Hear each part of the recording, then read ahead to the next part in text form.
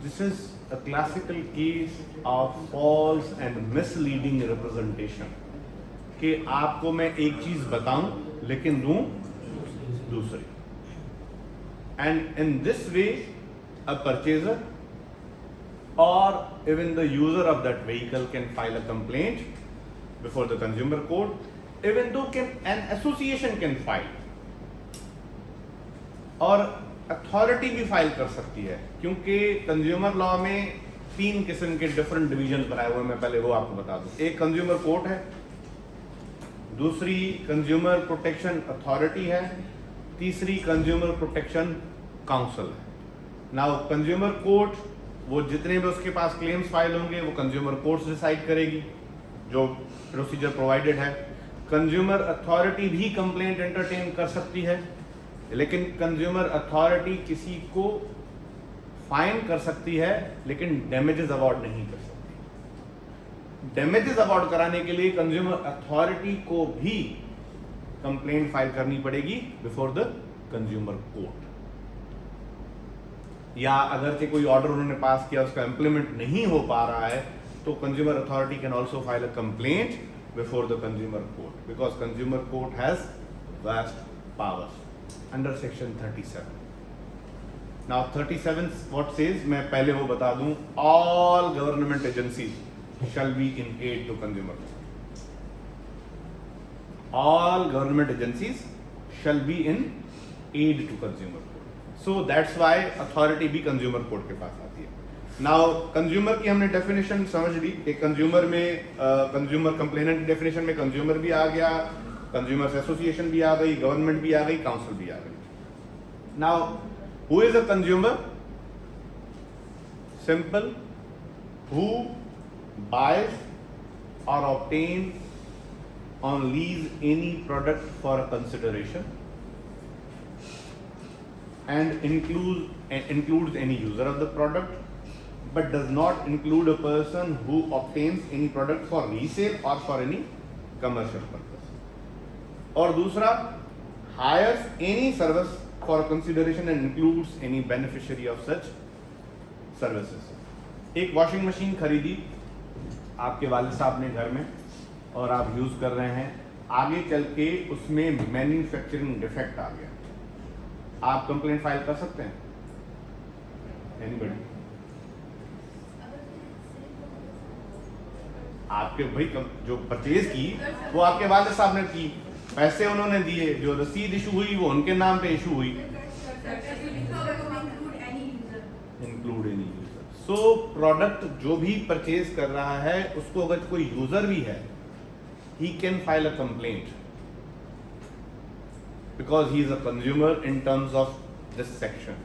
और सर्विसेज भी, अगरचे आप बेनिफिशियरी हैं किसी सर्विसेज के और आप उस बेनिफिशियरी में आपको ये लगता है कि जो सर्विसेज हैं वो डिफेक्टिव हैं, तो आप डायरेक्टली कंप्लेंट फाइल कर सकते हैं विदाउट रिसोर्टिंग कि भाई आपकी रसीद किसके नाम पे है. So you are included in the definition of consumer. Now एक चीज उन्होंने निकाल दी है कि भाई जो प्रोडक्ट किसी रीसेल के पर्पजेस के लिए है या कमर्शियल पर्पजेस के लिए है वो इसमें कंज्यूमर की डेफिनेशन में नहीं आता. नाउ एक दुकानदार है जो बड़े सप्लायर से आयरन खरीदता है और अपने दुकान पे सेल करता है, क्योंकि that is for the purposes of resale, he can not be included in the definition of consumer. However अगरचे खरीदता हूं और अपना घर बना रहा हूं और घर बना के भले मैं बाद में बेच भी दूं, I am included in the definition of consumer as per my understanding. ये मेरा पॉइंट ऑफ व्यू है. सो कमर्शियल पर्पज लार्ज स्केल के लिए भी अगरचे आप चीज खरीदते हैं, that will not include consumer, but इस पे डेफिनेशन, इस पे जजमेंट्स आई हैं, इंडियन जुरिस्डिक्शन की बड़ी जबरदस्त जजमेंट है. वो कहता है अगर वो अपनी लाइवलीहुड के लिए एक चीज काम कर रहा है, that would not oust him from the jurisdiction, from the definition of consumer. Let's say एक बंदे ने फोटोकॉपी मशीन खरीदी और फोटोकॉपी मशीन वो चला रहा है, वो किसके लिए चला रहा है? For livelihood. He is earning from him और वो उसके हिसाब से अपनी जिंदगी चला रहा है. So अगरचे वो अगरचे उसकी मशीन में फॉल्ट आता है तो he would qualify to be a consumer. Now एक और चीज जिसमें मैंने एक्सप्लेनेशन मैंने जो लाइवलीहुड बताई उसमें उन्होंने कमर्शियल पर्पसेस को डिफाइन किया है कि फॉर द पर्पस ऑफ सब class I commercial purpose does not include use by a consumer of products bought and used by him only for the purpose of his livelihood as a self-employed person. So commercial purpose की definition में वो नहीं आएगा क्योंकि वो अगरचे वो अपनी सेल्फ एम्प्लॉय कर रहा है और अपने जाती इस्तेमाल में लाइवलीहुड अर्न कर रहा है वहां से। नाउ एक आ गया इसमें प्रोडक्ट सीधा सीधा डिफाइंड है कि भाई जो सेल्स ऑफ गुड्स एक्ट में प्रोडक्ट की डेफिनेशन है वो इसमें आएगी, कोई भी नेचुरल चीज इसमें नहीं आएगी। ठीक हो गया, कोई भी नेचुरल चीज जो है वो इसमें नहीं है। एक मेरे पास केस फाइल हुआ था, एक बंदे ने फाइल किया था कि मैंने शिट्जू डॉग खरीदा लेकिन मुझे इन्होंने मिक्स ब्रीड दे दिया, तो वो केस फाइल हुआ, केस को मैंने एंटरटेन किया। अदर साइड ने ऑब्जेक्शन किया कि प्रोडक्ट की डेफिनेशन में नहीं आता बिकॉज जो लिविंग पर्सन है वो इसकी डेफिनेशन में फॉल नहीं करता। मैं प्रोडक्ट की डेफिनेशन आपको बता दूं, as the same meaning, product has the same meaning as assigned to the word goods in the sales of goods act 1930 and include products which have been subsequently incorporated into another product or an immovable but does not include animals or plants or natural fruits and other raw products in their natural state that are derived from animals or plants. लेकिन मैं वो matter entertain किया on the ground that ये जो इन्होंने उसको कहा कि भाई हमारे पास कुत्ता अवेलेबल है, हम लाहौर से मंगा के दे रहे हैं आपको, तो that would also include the part of their services. ठीक है, सिर्फ प्रोडक्ट नहीं है, उन्होंने कहा कि हम आपको ये लाकर भी देंगे, उसकी और सी जो चीज़ें हैं उससे रिलेटेड, डॉग्स के रिलेटेड वो भी आपको देंगे। मैंने कहा this also include the provision of services. तो मैंने इस बुनियाद पे वो मैटर एंटरटेन किया, 7-11 फाइल हुई, मैंने डिसमिस कर दी, उन्होंने ऑर्डर को चैलेंज किया, हाई कोर्ट ने मेरा ऑर्डर सेट असाइड कर दिया इस बुनियाद पे कि जो कंप्लेनेंट था उसने अपने लीगल नोटिस में ये एलिज ही नहीं किया था कि उन्होंने फॉल्टी सर्विस दी है। क्योंकि उन्होंने एलिज नहीं किया है लिहाजा सर्विसेज का पॉइंट रहता नहीं है और एनिमल प्रोडक्ट की डेफिनेशन में नहीं आता, लिहाजा कुत्ते को आजाद करो, तो वो आजाद हो गया। हाई कोर्ट का यूसुफ अली सही, सॉरी, हाँ, यस दैट इज रिपोर्टेड। सो मैंने उसको थोड़ा घुमाया था और इस पे मेरे पास रिपोर्ट भी आ गई थी एक्सपर्ट की कि हाँ this is a mixed breed, it's not a pure shih tzu. 1.5 lakh का कुत्ता था। नाउ हमारे पास आता है दूसरा पॉइंट, सर्विसेज। नाउ सर्विसेज जो हैं, सर्विसेज हमारे पास 3 हिस्सों में आती है सर्विसेज की डेफिनेशन में। एक है मेन पार्ट, एक है इंक्लूजनरी पार्ट, एक है एक्सक्लूजनरी पार्ट। एक है मेन पार्ट। मेन पार्ट क्या है? मेन पार्ट आपको बताता है कि सर्विसेज सारी जो हैं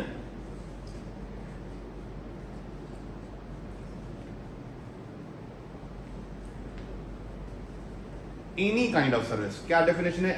services includes the provision of any kind of facilities, any kind of facilities which includes all services such as communication, etc or advice or assistance such as provision of medical, legal or engineering services or engineering services। अब मैं यहाँ रुक लेता हूँ। Main part आ गया कि भाई any kind of facilities. अब जब एनी काइंड को हम पढ़ते हैं तो उसमें हर किस्म की फैसिलिटी जो अगेंस्ट सम कंसिडरेशन है वो इसमें फॉल करेगी। किसी भी किस्म की सर्विसेज है, अगरचे that services have been rendered against some consideration, that would fall with the definition of services. मिसाल के तौर पे एयरलाइन सर्विसेज है, फाइनेंसिंग है, insurance, transport, manufacturing, process, accountancy, supply, electrical, mechanical, सब चीजें इसमें आ जाती हैं। नाउ इंक्लूजनरी पार्ट है। इंक्लूजनरी पार्ट क्या है? वो स्पेसिफाई कर रहा है कि such as, which includes all services such as communication, advice or assistance, such as provision of medical, legal or engineering services. तो मेडिकल सर्विसेज भी आ गई इसमें, लीगल सर्विसेज भी आ गई और इंजीनियरिंग सर्विसेज भी आ गई. Now there is an exclusionary part. वो क्या है जो एक्सक्लूड कर रहा है उससे, but does not include the rendering of any service under a contract service, the service the essence of which is to deliver judgment by court of law. भाई court अगर से कोई जजमेंट या आर्बिट्रेशन पैसे लेकर कोई भी जजमेंट देती है वो इसमें नहीं आएगी. And service under a contract service वो भी नहीं आएगी. अब मैं मिसाल आपसे पूछ रहा हूं, आप वकालतनामा फाइल करते हैं किसी भी पार्टी की तरफ से. वकालतनामा जो है is kind of a contract. आप उससे साइन लेते हैं कि भाई मैं तुम्हें रिप्रेजेंट करूंगा और तुम इस पे साइन करोगे और मेरी फीस अदा करोगे. तो क्या वकील के खिलाफ कंज्यूमर कोर्ट में केस फाइल हो सकता है? लेकिन इंक्लूजनरी पार्ट तो कह रहा है कि और assistance such as provision of medical, legal और इंजीनियरिंग सर्विसेज. ये उस सेंस में कह रहे हैं करके दिखाएं. करके दिखाएं. नहीं करके दिखाएंगे, क्यों नहीं करेंगे. हाँ, मैंने तो कहा भाई तुम्हारे वकील ने तुम्हें गलत कहा है, तुम फाइल करो, I will entertain the matter. कर सकते हैं. वो एक अलग बात है ना. देखिए इट कैन बी फाइल, वो एक अलग बात है. इस पे तो बहुत बहस हो सकती है ना कि क्या हो सकता है क्या नहीं हो सकता. सर वहाँ पर कमर्शियल सर्विस नहीं, हमारी कमर्शियल सर्विस की डेफिनेशन में नहीं, कमर्शियल सर्विस वो कमर्शियल पर्पस था प्रोडक्ट के लिए. हम अभी सर्विसेज की बात कर रहे हैं. दो चीजें. वो प्रोडक्ट कमर्शियल पर्पस था, that was for the purpose of product. Even services can be used as a commercial. तो हम फिर आपको सर्विस प्रोवाइड कर रहे हैं, लेट्स सपोज जिस तरह कोरियर्स वाले हैं तो वो उनकी सर्विसेज जो है वो तो कमर्शियल है. वो नहीं तो कैसे कमर्शियल है वो तो काम कर रहे हैं, आपसे पैसे ले रहे हैं, कंसिडरेशन कर रहे हैं. देखें थोड़ा फर्क है, आप थोड़ा जहन लगाएं. वो जो कमर्शियल पर्पस था that was for the purpose of product, कि आप कोई प्रोडक्ट खरीद के उसको कमर्शियली सेल कर रहे हैं तो you are not following within the definition of consumer. अगर कोई प्रोडक्ट खरीद के आप अपने इस्तेमाल में ला रहे हैं यू आर इंक्लूडेड. नाउ यहाँ पे कमर्शियल की बात नहीं आ रही, यहाँ सर्विसेज की बात आ रही है. जो कॉन्ट्रैक्ट सर्विस है वो एक्सक्लूड कर रहा है. ऐसे तो एयरलाइन वाले भी तो कमा रहे हैं ना, जो भी आपको सर्विसेज प्रोवाइड कर रहा है वो किसी न किसी तरह में कमा रहा है. और ऐसे तो प्रोडक्ट भी कमा रहा है जिसको जिससे आप खरीद रहे हैं. तो ये सारी चीजें, मैं फ्रिज खरीदा वो कमर्शियल नहीं हुआ, वो भी तो कमर्शियल है, कमा रहा है ना. That is not the main issue. Now contract service, अब यहाँ पे थोड़ा सा ना फर्क है. हमारे यहाँ थोड़ा प्रॉब्लम ये है कि इस चीज़ों को अभी तक हाई कोर्ट्स ने डिफाइन नहीं किया है. एक बेहतरीन इंडिया की जजमेंट है इस पर. वो कहती है एक है कॉन्ट्रैक्ट ऑफ सर्विस, एक है contract by service. Now what is excluded, आपने कॉन्ट्रैक्ट एग्रीमेंट किया और बंदा हायर किया, एम्प्लॉय रखा, that is contract of service. ये इसमें कंज्यूमर की डेफिनेशन में नहीं आएगा. वो एम्प्लॉय आपके खिलाफ कंज्यूमर कोर्ट में नहीं जा सकता कि इसने मुझे मिसयूज किया है. नाउ कॉन्ट्रैक्ट बाय सर्विस, आप लेट्स से किसी को डॉक्टर को हायर कर रहे हैं फॉर द सर्विसेज, के भाई हमारी आपकी ये टर्म्स एंड कंडीशंस होंगी, हमारे यहाँ इमरजेंसी होगी या आपका बंदा हर वक्त हमारे यहाँ अवेलेबल होगा और ये किस्म की मेडिसिन आपके पास हर वक्त अवेलेबल होगी इन केस ऑफ इमरजेंसी. लेकिन अगर से आप नहीं रखते you will be dead according with law. तो ये जो कॉन्ट्रैक्ट है ये फॉलो करेगा, आपकी डेफिनेशंस में आएगा. बिकॉज इवन दो आप कोई भी प्रोडक्ट खरीदते हैं वो आपको रिसिप्ट देता है, वारंटी कार्ड देता है ना. वो क्या है, दैट इज अ कॉन्ट्रैक्ट ना, कि भाई आप सर्विसेज प्रोवाइड करेंगे उसके 10 साल तक, कोई भी चीज खराब हुई आई एम हेयर.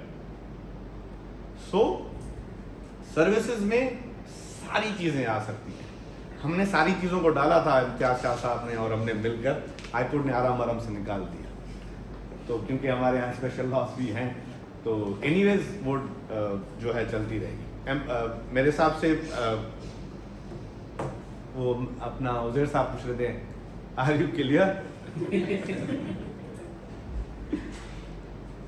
सो जो एनी काइंड ऑफ फैसिलिटीज है ना, ये बड़ा इंपॉर्टेंट है. आप कोई भी चीज कंसिडरेशन के अगेंस्ट अगर से आप कोई चीज लेते हैं, इवन दो कोरियर कंपनी हो, कोरियर कंपनी के खिलाफ हमने एंटरटेन किया, इवन दो के इलेक्ट्रिक के खिलाफ भी हमारे पास केसेस फाइल हुए, हमने एंटरटेन किए। गैस के खिलाफ मेरे पास नहीं आया, शाह साहब ने किया था। हमारे पास मेडिकल नेग्लिजेंस। अब देखें, थोड़ा आपको ना लिबरल माइंडसेट के साथ रखना पड़ता है। मेरे पास एक केस आया, वकील साहब ने एक कंप्लेंट फाइल की कि मैंने प्रोडक्ट खरीदा है, क्या मोबाइल फोन, मुझे उन्होंने कहा पीटीए अप्रूव्ड है। ठीक है, रसीद पे लिख के दे दिया पीटीए अप्रूव्ड, 2 महीने बाद बंद हो गया। तो कंज्यूमर का केस बनता है नहीं बनता? बनता है। थोड़ा हाँ बोलो, जोर से बोलो, क्यों कंफ्यूज हो यार? उन्होंने क्या किया, अगर उस पर लिख दिया पीटीए अप्रूव्ड, वो बंद हो गया। मिसरिप्रेजेंटेशन की उन्होंने फॉल्सली मिसरिप्रेजेंट किया। अब अगर हम फॉल्स मिसरिप्रेजेंटेशन की डेफिनेशंस पढ़ें, वो इतनी बड़ी जो है वो जबरदस्त है। मैं अभी क्या आपको बताऊं, मेक्स अप्लाइज और employs a trade description that is false और मिसरिप्रेजेंटेटिव। ट्रेड डिस्क्रिप्शन दे भाई, ये जो हम फैसिलिटीज आपको प्रोवाइड कर रहे हैं वो इस तरीके से है, लेकिन वो डिस्क्रिप्शन जो है वो झूठी निकले। ऑफर गिफ्ट्स, प्राइजेस और other free items with the intention of not providing them. किसी भी प्रोडक्ट खरीदोगे तो आपको ये गिफ्ट मिलेगा, ये भी उसमें आ जाता है कि भाई ये मिसरिप्रेजेंटेशन है, अगर उनकी इंटेंशन ये है वो नहीं देते। Demands or accept payment or other consider for goods or service from a consumer or prospective consumer where if at the time of acceptance such process such person or businessman does not intend to supply. ये आपको ये जो false and misleading representation है, prospective consumer को भी include करता है। Now who would be prospective consumer? Anybody? जिसके प्रोस्पेक्ट्स हों कि he would qualify to be a consumer. Let's say मैं गया पिज्जा हट पे, मैं बैठा, मैंने पिज्जा का ऑर्डर किया, ठीक है, मैंने अभी तक पेमेंट नहीं की है, मैंने अभी तक पेमेंट नहीं की है। मुझे जो पिज्जा की चीज ऑफर की गई या उन्होंने जो सर्विसेज मुझे प्रोवाइड की, वहां पे मिट्टी भी पड़ी है, वहां पे गंद भी पड़ा है, वहां पे कोई बंदा अपना कुत्ता भी ले आया है, और वहां सर्विसेज मजे की नहीं है जो मैं एक्सपेक्ट कर रहा हूं उस अपना आउटलेट से, और वो जो खाना था वो भी बेकार था। मैं लड़ पड़ा, मैं पैसे नहीं दूंगा, मैंने कंसीडरेशन तो पे की ही नहीं, तो क्या मैं केस फाइल कर सकता हूं कंज्यूमर लॉ? भी कर सकते हैं। अब वहां पे अब इंडिया में क्या है कि अगेंस्ट कंसिडरेशन लिखा है ना, वहां पे अगरचे उन्होंने डिफाइन किया है कि अगेंस्ट कंसिडरेशन और promised to be paid, consideration paid और प्रॉमिस्ड टू बी पेड, वहां उन्होंने इसको डिफाइन कर दिया। अब यहां हमने लॉ तो कॉपी कर लिया, यहां पे प्रोस्पेक्टिव भी डाल दिया, लेकिन वहां पे वो चीज नहीं है। तो ये थोड़ा सा मेरे हिसाब से we can move, we can file a complaint, but अगरचे हम स्ट्रिक्टो सेंसो उसकी डेफिनेशन पढ़ें सर्विस की या प्रोडक्ट की या कंज्यूमर की, वो कह रहा है buyers any product against consideration या hires any services against consideration. Now consideration has not been paid, but in terms of false and misleading representation, I am a prospective consumer because I went there, I was able to pay, but they did not provide me any services.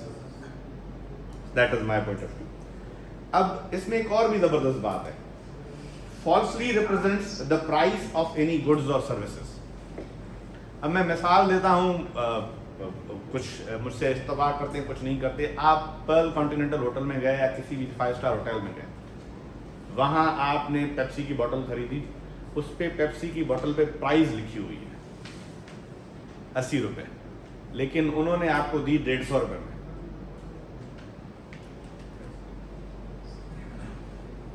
क्या समझते हैं आप? हाँ? नहीं भाई, वो GST लिखी हुई है ना उस पे, पेप्सी की बोतल पे जीएसटी लिखी हुई है। तो वही अर्ज कर रहा हूं, होटल अपनी सर्विसेज दे रहा है, क्लियरली ले ना, क्लियरली इन टर्म्स ऑफ दूसरी चीजें ले जो उसके स्पेसिफिक प्रोडक्ट्स हैं। बाहर कढ़ाई 2000 की है, वो 6000 में दे रहा है, हम ले रहे हैं, पेप्सी की बोतल पे तो प्राइस लिखी हुई है, कंपनी ने लिखी है, कंपनी ने ये कहा है कि पीसी होटल वाले 200 रुपए में बेच सकते हैं। सो मेरे हिसाब से, एज पर माई अंडरस्टैंडिंग, ये भी फॉल्स मिसरिप्रेजेंटेशन है।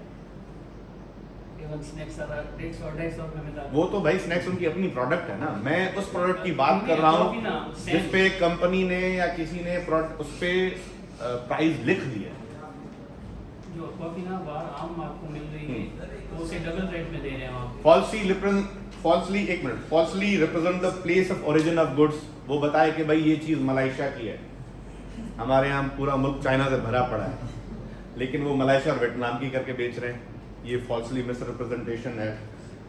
और उसकी वारंटी गलत दें, या वो आपको बताएं कि ये रिकंडीशनड हैं, रिफर्बिश्ड गुड्स जो हैं वो न्यू हैं लेकिन आपको रिकंडीशनड मिले।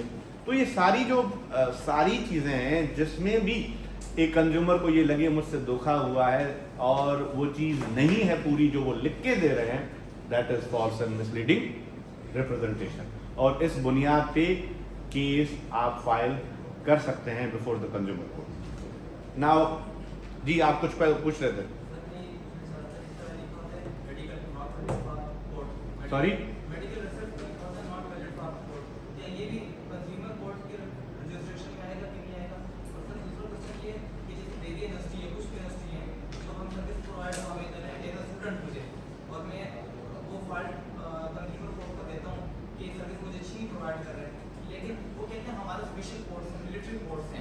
मिलिट्री देखिए, बात पता है क्या है, जहाँ पे किसी भी सब्जेक्ट पे अगर से कोई स्पेशल लॉ अवेलेबल है और वो रेमेडीज प्रोवाइड कर रहा है तो वो आप वहाँ जाएंगे, ठीक है। अब इस लॉ का एक बेहतरीन सेक्शन है, मैं आपको पढ़कर सुनाता हूँ, सेक्शन 3। वो क्या कहता है? Act not in addition, act not in derogation of any other law.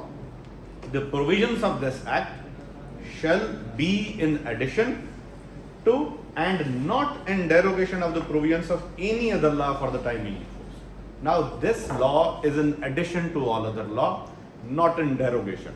Now what is the meaning of not in derogation?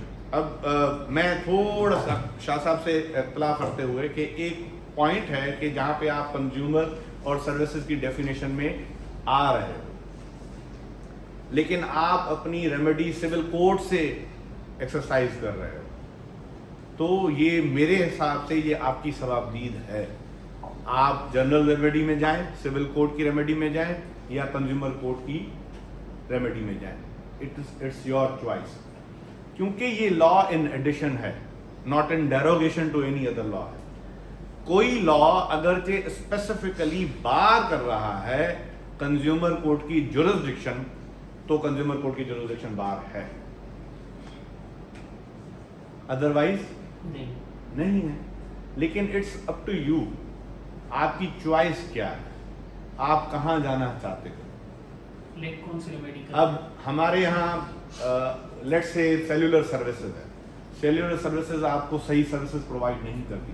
PTA के रेगुलेशन हैं 2009 के, वो ये कहते हैं कि भाई ओवरराइडिंग इफेक्ट देते हैं कि भाई कोई भी अगर के सेल्यूलर या टेलीकॉम कंपनीज के खिलाफ कंप्लेंट फाइल होगी, that would be treated by PTA. अब इस पे सुप्रीम कोर्ट ने कह दिया कि भाई कंज्यूमर कोर्ट को जुरिस्डिक्शन नहीं है, सुप्रीम कोर्ट ने कह दिया। लेकिन मैं रिसेंटली आपको इंडिया की जजमेंट बताऊं, उन्होंने क्लियरली लिखा है कि भाई ठीक है, लेकिन it is up to the consumer, it is sole choice of consumer कि भाई वो सिविल कोर्ट में जाए, पीटीए में जाए, वहां के इदारे में, या कंज्यूमर कोर्ट में आए। What is the purpose of consumer court? Civil courts में ये जितने भी हमारे मैटर्स हैं, सिविल कोर्ट्स तो डील कर रही थी ना। सिविल कोर्ट के पास तो प्लेनरी जुरिस्डिक्शन है, जो भी मैटर है, क्योंकि अल्टीमेट जुरिस्डिक्शन उनके पास है, आप सिविल कोर्ट में जा सकते हो। ये कंज्यूमर कोर्ट का पर्पस क्या था?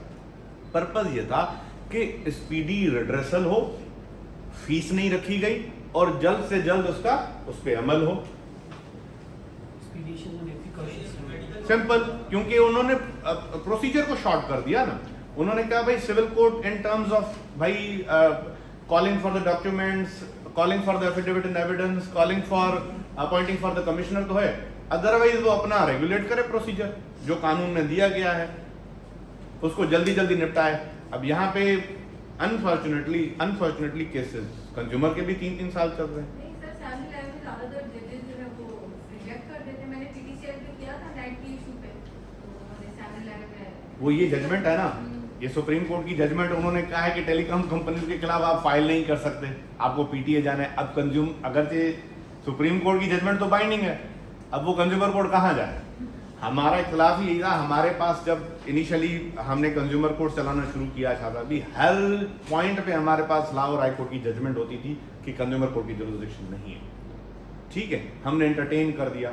मेडिकल नेग्लिजेंस पे मेरे पास केस आया बहुत बड़ी हॉस्पिटल से खिलाफ, बड़ा रिपोर्टेड मैटर्स भी हैं। वो हाई कोर्ट की डीबी की जजमेंट थी कि कंज्यूमर कोर्ट के पास मेडिकल नेग्लिजेंस सुनने का अख्तियार नहीं है। मेरे पास वो जजमेंट ले आए कि सर ये आपके पास है ही नहीं, इसको 7 अमेंडमेंट रिजेक्ट करें।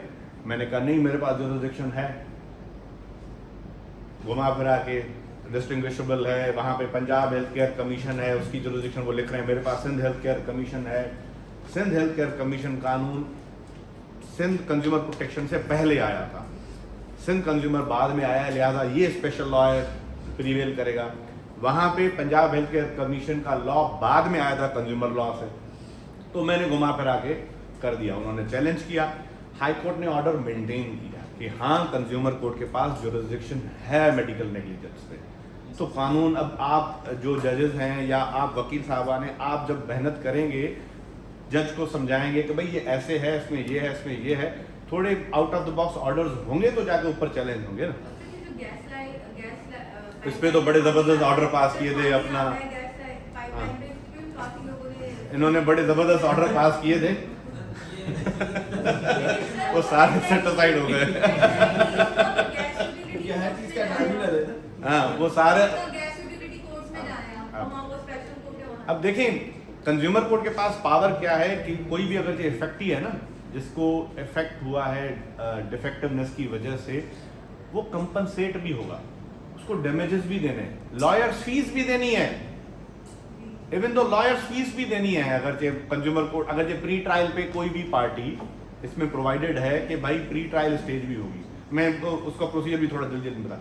प्री ट्रायल पे अगर ये कोई भी पार्टी सेटलमेंट पे राजी नहीं होती, जो पार्टी राजी नहीं होती, इन द एंड फैसला उसके खिलाफ आता है, तो consumer court is bound to award lawyers fees कि भाई तुम पहले क्यों राजी नहीं हुए, इसको फीस दो। पर्पस क्या है?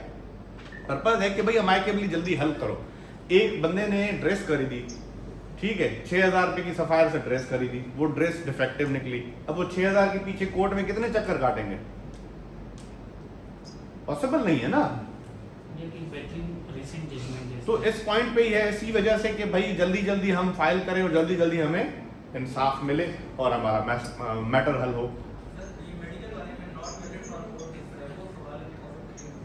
देखिए, not valid for court purposes उसका है, हम एज ए सर्टिफिकेट के तौर पे यूज नहीं कर सकते, वो अपनी जान छुड़ाने के लिए लिख देते हैं।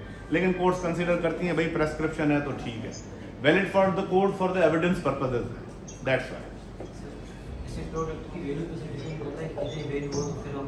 No no no, irrespective of value. मेरे पास एक केस आया, उसमें उन्होंने कंपनसेशन क्लेम किए थे 5 करोड़ रुपए के, और 711 फाइल हुई कि जुरिसडिक्शन 1.5 करोड़ की है। मैंने कहा वो सीनियर सिविल जज की है, इस लॉ के तहत मेरे पास कोई जुरिसडिक्शन पेक्यूनियरी की लिमिट नहीं है, ये लॉ मुझे लिमिट नहीं करता। तो दैट्स व्हाई कंज्यूमर कोर्ट, आप 2 अरब रुपए का क्लेम अलाउ कर दे, कोई पेक्यूनियरी लिमिट नहीं।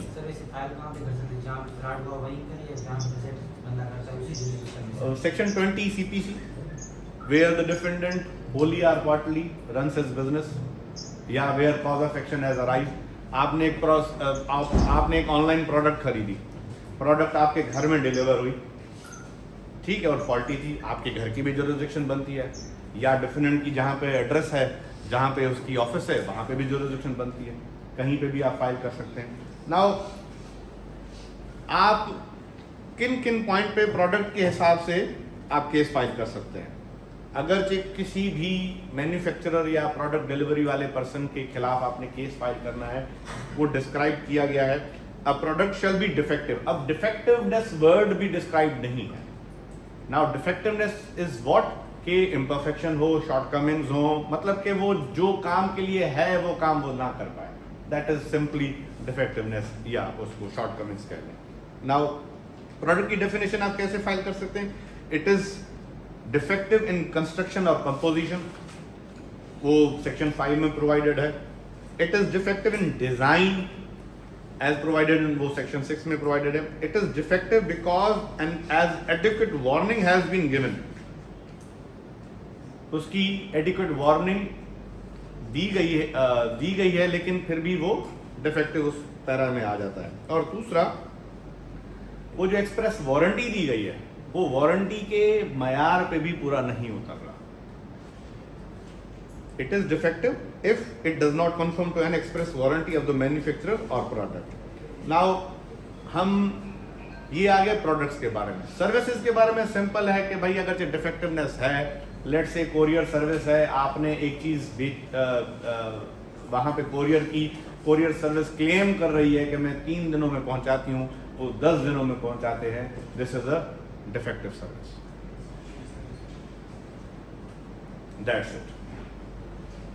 आप गए एटीएम पे, कार्ड डाला, पैसे नहीं निकले, एटीएम फंस गया, अब आप होटल पे खड़े पैसे दे रहे हैं, होटल वाले ने पकड़ लिया कि भाई पैसे दो, कार्ड फंस गया आपका, ये है defective service, this is a defective service. ये केस मेरे पास एंटरटेन था और एंटरटेन किया, उन्होंने कहा कि ये बैंकिंग की जुरिसडिक्शन में आता है, तो मैंने कहा नहीं, बैंकिंग की जुरिसडिक्शन में नहीं आता because there is no finance involve. तो अभी सुप्रीम कोर्ट की जजमेंट आ गई है इस पे, सुप्रीम कोर्ट ने कहा है कि ये कंज्यूमर कोर्ट की जुरिसडिक्शन है। इस पे तो केस करो 489 का, वो क्या कहते हैं 498 का। नाउ रूल्स प्रोवाइड कर रहे हैं, कंज्यूमर प्रोटेक्शन रूल्स भी हैं 2017 के, ठीक है। रूल्स आपको प्रोवाइड कर रहे हैं, रूल 13 है, कंज्यूमर और अथॉरिटी में file a claim in the court submitting an application. आप एप्लीकेशन देंगे, जो भी आपने प्रोडक्ट खरीदी है या कुछ भी खरीदी है उस पर आपने लाजमी जो है उसको एनेक्स करना है, उसमें सारे फैक्ट्स आपने मेंशन करने हैं, और आपने उससे पहले जो आपने नोटिस इशू किया था, अब यहाँ पे दूसरा सेक्शन आ जाता है, सेक्शन 29। पर्पस क्या है कि कोई भी सर्विसेज या प्रोडक्ट आपको डिफेक्टिव हुई है, you have to issue a legal notice, ठीक है। लीगल नोटिस आप इशू करेंगे, 15 दिन में उसको उसने जवाब देना है। 15 दिन में अगर जवाब नहीं आता तो अगले 15 दिन में आप केस फाइल कर सकते हैं। जो लिमिटेशन पीरियड है वो 30 दिन है, वो बहुत कम कर दिया है, 6 महीने होने चाहिए कम से कम, ठीक है। लेकिन कंडोनेशन पीरियड भी प्रोवाइडेड है, जहाँ पे एक्सप्रेस वारंटी या गारंटी प्रोवाइडेड है तो उसकी जो कंडोनेशन है वो 6 महीने तक हो सकती है। जहाँ पे एक्सप्रेस वारंटी या गारंटी नहीं प्रोवाइडेड तो 1 साल तक उसकी पीरियड कंडोन हो सकता है। 60 डेज हाँ 60 डेज और 60 डेज, सॉरी 60 डेज, मैं 6 महीने कह रहा हूँ, 60 डेज तक हो सकता है। जहाँ पे वारंटी प्रोवाइडेड नहीं है, टाइम पीरियड गारंटी प्रोवाइडेड नहीं है, तो 1 ईयर तक वो एक्सटेंडेबल है। तो legal notice has been made mandatory, आपने लाजमी देना है। पर्पस क्या है, क्यों खामखा आप केस फाइल करें अगर आपका लीगल नोटिस पे मसला हल हो जाता है, so that is the reason. आप भी परेशान ना हो, वो भी ना हो, इस वजह से। सो लिमिटेशन पे पहले एक लाहौर हाई कोर्ट की जजमेंट थी, वो कह रहे थे कि लिमिटेशन पीरियड कंप्यूट होगा जिस दिन वो लीगल नोटिस का रिप्लाई नहीं देगा। इट मीन्स आपने लीगल नोटिस भेजा, 15 दिन का उसको टाइम दिया, 15 दिन के बाद तक उसने लीगल नोटिस का रिप्लाई नहीं दिया तो वहां से लिमिटेशन पीरियड काउंट होना स्टार्ट होगा। लेकिन सुप्रीम कोर्ट ने कहा नहीं, सुप्रीम कोर्ट ने कहा कॉज ऑफ एक्शन जब अराइज होगा उसके बाद आपने लीगल नोटिस देना है 15 दिन का, और 15 दिन में आपने केस फाइल करना है। तो सुप्रीम कोर्ट ने जजमेंट है PLD 2023 में, आपको बता दूंगा, उन्होंने लिमिटेशन को डिस्क्राइब कर दिया है। मेरे ख्याल में एंड हो गया था। सो कंप्लेंट आप सीपल फाइल कर देंगे।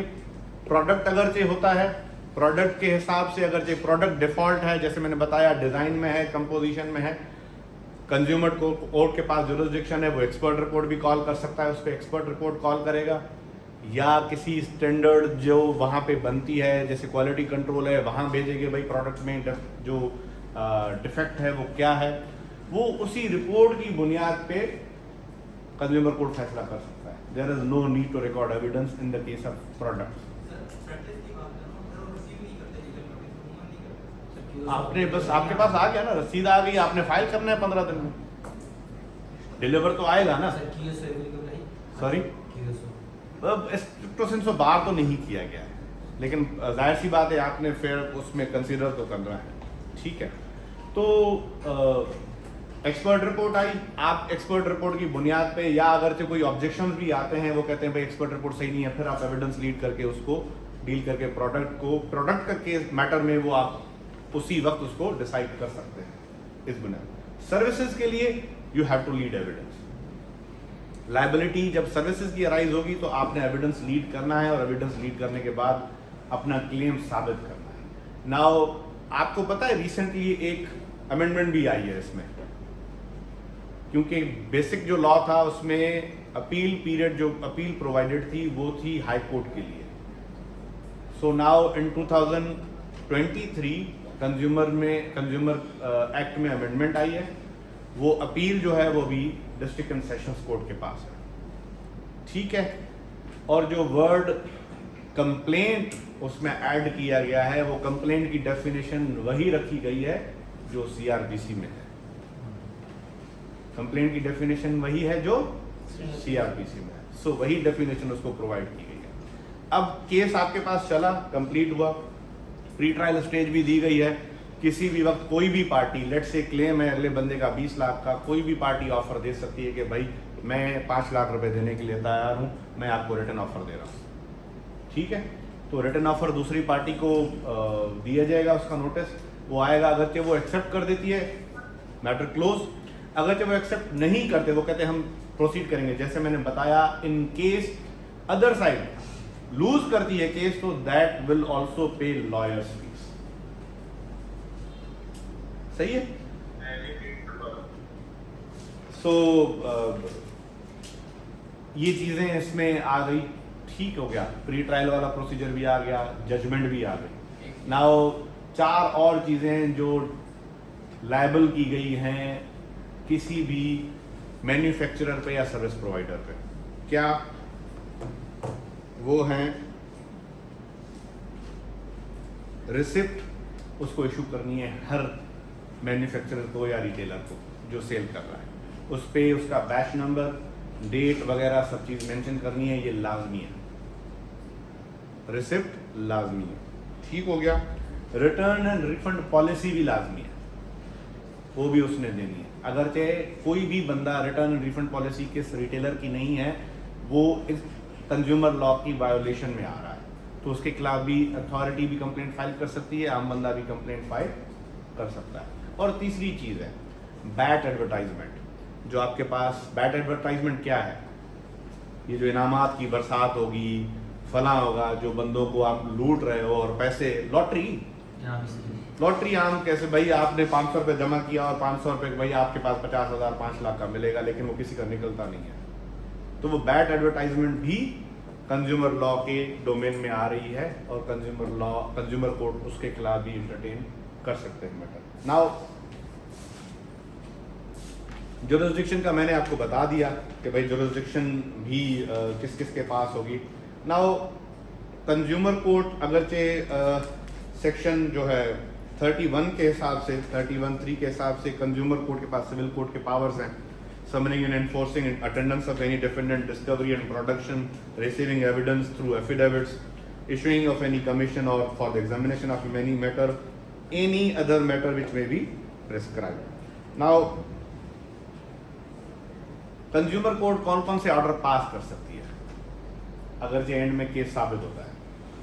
वो ये कह सकती है कि भाई रिमूव करें प्रोडक्ट से डिफेक्ट, जो आपका प्रोडक्ट जो डिफेक्ट उसमें था अवेलेबल, भाई इसको डिफेक्ट करके वापस दे दो। रिप्लेस करें न्यू प्रोडक्ट के साथ, ये भी ऑर्डर कर सकते हैं। रिटर्न करें पैसे, उसको ये भी ऑर्डर कर सकते हैं।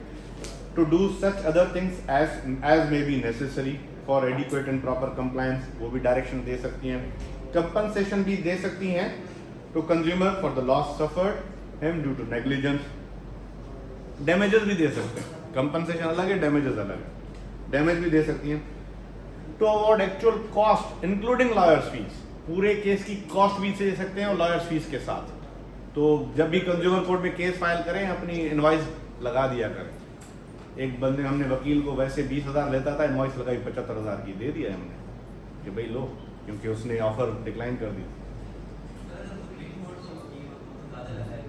हाँ तो वो भी दे सकते हैं, 20 लाख रुपए की लगा दो, टैक्स भरना पड़ेगा।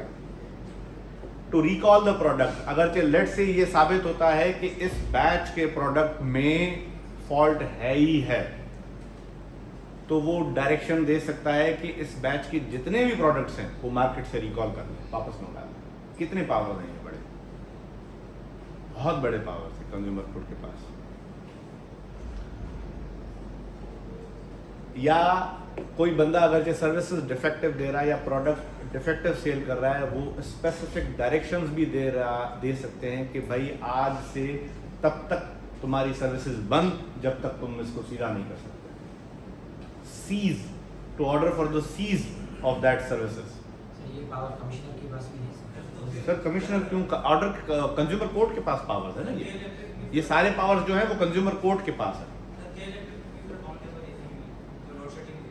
लोड शेडिंग देखें वो पॉलिसी में आ जाता है, उस पे सुप्रीम कोर्ट की जजमेंट है, वो पॉलिसी पे आप इंटरफेयर नहीं कर सकते, कोई कोर्ट नहीं कर सकती, कंज्यूमर छोड़े सिविल कोर्ट भी नहीं कर सकती।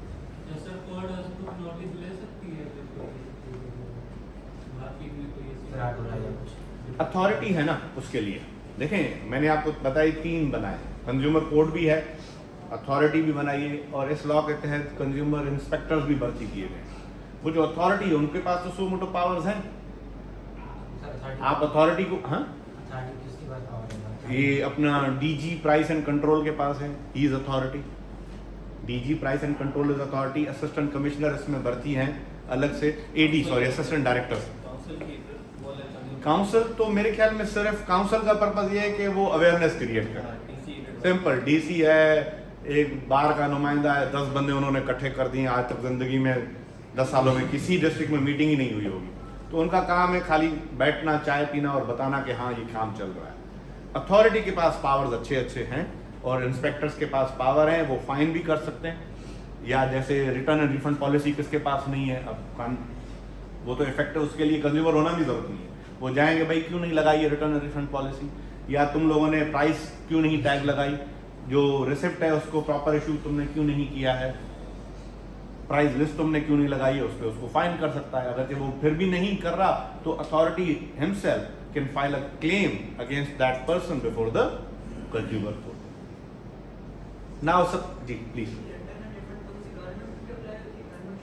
सब पे return and refund policy, any manufacturer जो भी है। सॉरी, तो ये भी तो पॉलिसी है ना। ये देखें बात ये है कि इनके लिए हमारे पास सिविक एजेंसीज है ना। अब जैसे असिस्टेंट डायरेक्टर है कंज्यूमर लॉ के, आप उनको ये कर सकते हैं, इनको डायरेक्शंस दें, अपनी रिटर्न एंड रिफंड पॉलिसी दें। ये क्या मकसद हुआ कि हम तब्दील नहीं करेंगे, आपको देनी है, मैं आपको करके आप इजाजत दें तो मैं पढ़ लूं।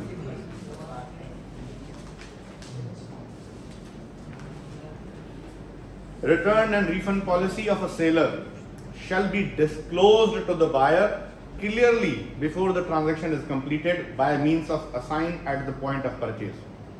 वो क्लियरली उसको बताना है कि हमारी return and refund policy, let say हम कहते हैं भाई हम 1 हफ्ते तक आपसे बंधे हुए हैं, ठीक है, आपको रिफंड नहीं करेंगे लेकिन हम आपको एक्सचेंज देंगे, या हम आपसे 1 महीने में भी बंधे हुए हैं। दुनिया में हमारे यहाँ जो हमारे से जो देसी जाते हैं, वो एक बड़ी ज़बरदस्त, उन्होंने जेवीसी की कैमरा खरीदी, हमारे एक दोस्त ने बताया, वो कैमरा खरीदी, 5 दिन तक इस्तेमाल करी, ठीक है, फिर उसी दुकानदार के पास चले गए कि यार ये इसमें मज़ा नहीं है, मुझे मज़ा नहीं आ रहा, इसका रिजल्ट अच्छा नहीं है। तो उनकी रिटर्न एंड रिफंड पॉलिसी थी, उन्होंने उनको पैसे दे दिए वापस। वो उन्होंने न्यू करके पर नहीं बेची, उन्होंने जो यूज प्रोडक्ट्स में पड़ी होती हैं वो उन्होंने वहाँ रखी, क्योंकि ये 5 दिन इस्तेमाल हो गई थी। फिर अपने दूसरे दोस्त को भेजा कि वहीं अभी वहीं आके ले आओ, हैं, पहले 20,000 की थी फिर 10 की हो गई। और ये होता है, इस वजह से हमारे पास रिटर्न रिफंड पॉलिसी लिखते हैं, भाई हम वापस ही नहीं लेंगे, पहन के वापस दे दिया फिर। अच्छा, एंड में हमारे पास आते हैं कि भाई ऑर्डर कर लिया, अब इसको एग्जीक्यूट कैसे होना है, एग्जीक्यूट कैसे होना है। शासन का पॉइंट ऑफ व्यू हमेशा से रहा है एग्जीक्यूशन दी जाए इस कानून में, ऐसा ही है। मेरा पॉइंट ऑफ व्यू है नहीं, पेनल्टीज प्रोवाइडेड है, automatically that would be fixed after 1 month। Deemed to be executed. Yes, आपको मजे की बात बताऊं, अगर से किसी भी सर्विस प्रोवाइडर या प्रोडक्ट की डेफिशिएंसी साबित हो जाए, कंज्यूमर कोर्ट के पास पावर्स हैं eight the time of passing order, besides pass other order जो मैंने आपको बताया क्या क्या कर सकते हैं, वो डायरेक्टली सजा भी सुना सकते हैं, डायरेक्टली सजा भी सुना सकते हैं और फाइन भी कर सकते हैं। लेकिन हमने कहा इसमें कोई क्रिमिनल नेग्लिजेंस तो है नहीं, क्रिमिनलिटी इन्वॉल्व है नहीं, तो लिहाजा इसको फाइन और कंपनसेशन पे महदूद रखा गया। और उसी पे सेक्शन 33(2) है। नाउ 33 क्या है पेनल्टीज, मैं आपको थोड़ा 1 मिनट में बता दूं। Where a manufacturer fails to perform or in any way infringes the liabilities provided in section 4 to 8, 11, 13, 14, 16, 18 to 22, he shall be punished with imprisonment which may extend to 2 years or with fine which may extend to 100,000 rupees or with both in addition to damages or compensation as may be determined by the court. Now उनके पास imprisonment भी है और fine भी है, उन दोनों में से कोई एक चीज कर सकते हैं at the first instance. Now at the second instance कि भाई मैंने ऑर्डर पास कर लिया, आपको फाइन भी कर दिया, कंपनसेशन भी कर दी और डैमेजेस भी अवॉर्ड कर दिए, अब उसके पास क्या रेमेडी है, या तो अपील करे या तो कंप्लायंस करे। तो अच्छे कंप्लायंस नहीं कर रहा, फिर कोर्ट क्या कहती है, where a defendant or the claimant fails or omits to comply with any order, अब उसमें वो पहले वाला ऑर्डर भी आ गया, अदरवाइज दूसरे ऑर्डर्स भी आ जाते हैं, with any order made by the consumer court, such defendant or the claimant shall be punished with imprisonment for a term not less than 1 month which may extend to 3 years or with fine not less than 50,000 rupees which may extend to 200,000 rupees or with both। तो उन्होंने कहा है कि भाई अगर ये compliance नहीं कर रहा फिर तो जेल, फिर भी और तो वर्ड है फाइन लेकिन जेल भी है, तो वो उसी वक्त आपने कंप्लायंस करानी है, अदरवाइज जाए अपील में फाइट करे। सो अपील का जो पीरियड है वो 30 डेज प्रोवाइडेड है। पहले हाई कोर्ट था, अब सेशंस कोर्ट में भी अपील फाइल हो सकती है। नाउ अगर जो कोई फॉल्स या वेक्सेशियस क्लेम है वो भी यहाँ पे लगा हुआ है, अगर जो वेक्सेशियस क्लेम है आप क्लेमेंट को भी फाइन कर सकते हो, क्योंकि ये देखा वेयर अ डिफेंडेंट और क्लेमेंट फेल्स, क्योंकि क्लेमेंट के खिलाफ भी आप ऑर्डर कर सकते हो अगर ये साबित हो जाए कि ये क्लेम जो है वो वेक्सेशली फाइल किया गया था या फ्रिवोलस था। That's why consumer court can also allow a claim against the claimant. Now मैंने जो 8 तो बताया, section 37(8) to the consumer court, all agencies of government shall act in aid of the consumer court in the performance of its functions under this act। Mobile market बड़ी वहाँ पे दादागिरी चलती है, सिलसिला चढ़ता है, मेरे पास केसेस फाइल हुए, हमने बैलेफ को भेजा, बैलेफ को बांध को इन्होंने बिठा दिया मोबाइल मार्केट वालों। चले भाई ठीक है भाई, मुझे उसने फ़ोन किया कि ये हुआ है, मैंने कहा भाई जाओ थाने में रिपोर्ट करो, थाने वालों ने भी कुछ नहीं किया, ठीक हो गया। अब इन द मीन टाइम मैंने कहा मुझे रिपोर्ट जाके दो, मैं फिर देखता हूँ, फिर in the mean time Covid आ गया, कोविड हो गया तो मामला ठंडा पड़ गया सारे।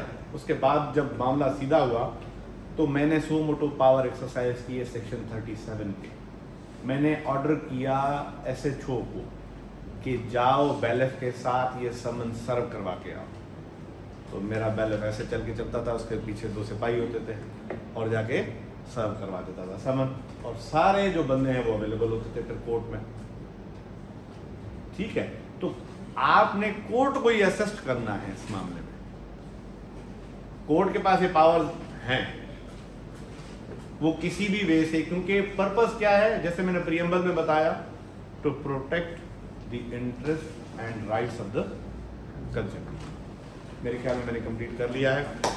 कोई सवाल हो, इसमें कंज्यूमर रूल्स भी हमारे पास हैं, कंज्यूमर प्रोटेक्शन रूल्स भी हैं 2017 के, वो बड़े ज़बरदस्त हैं रूल्स, वो अथॉरिटी के पावर्स बताते हैं और कंप्लेंट किस तरीके से फाइल होगी, कैसे होगी, एविडेंसेस होंगे, और अगर कोई रिटर्न स्टेटमेंट नहीं फाइल करता उसको एक्सपायर्ड डिक्लेयर भी किया जा सकता है, और अगरचे फिर वो उसके पास रेमेडी है, अगरचे within time application file करे वो एक्सपायर्ड रिकॉल भी हो सकती है।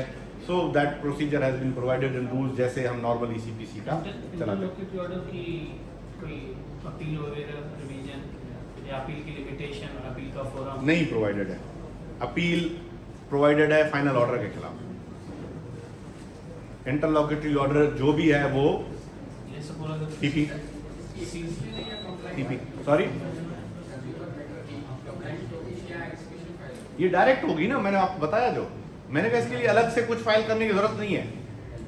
वो ऑर्डर हुआ, कोर्ट सो मोटो उसको 1 महीने बाद फॉर कंप्लायंस रखेगी।